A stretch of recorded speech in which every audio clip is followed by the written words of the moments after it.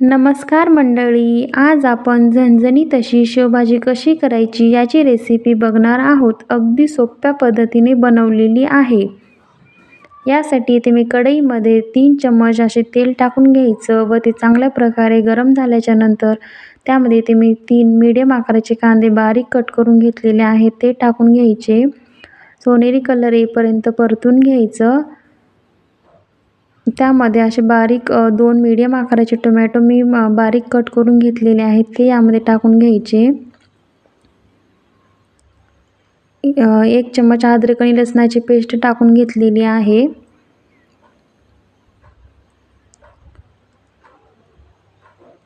इथे मी 1 चम्मच मीठ टाकलेलं आहे. मिठामुळे टोमॅटो लवकर शिजतो व नरम होतो.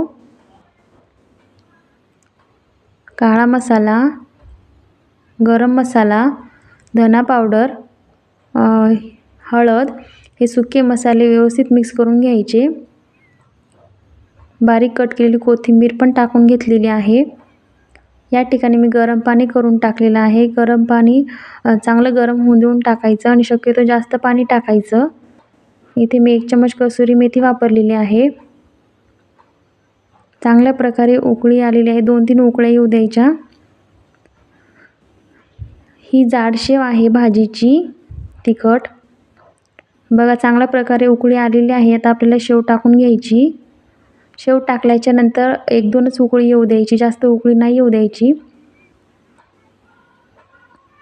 ही भाजी आता जरी अशी पातळ वाटत असली तरी थोड्या वेळाने ती अशी दाटसरपणा येणार आहे त्या भाजीला. अगदी सोप्या पद्धतीने बनवलेली आहे.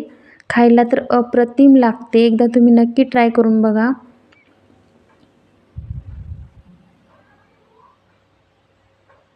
अशा प्रकारे झणझणीत अशी शेवभाजी आपली तयार आहे.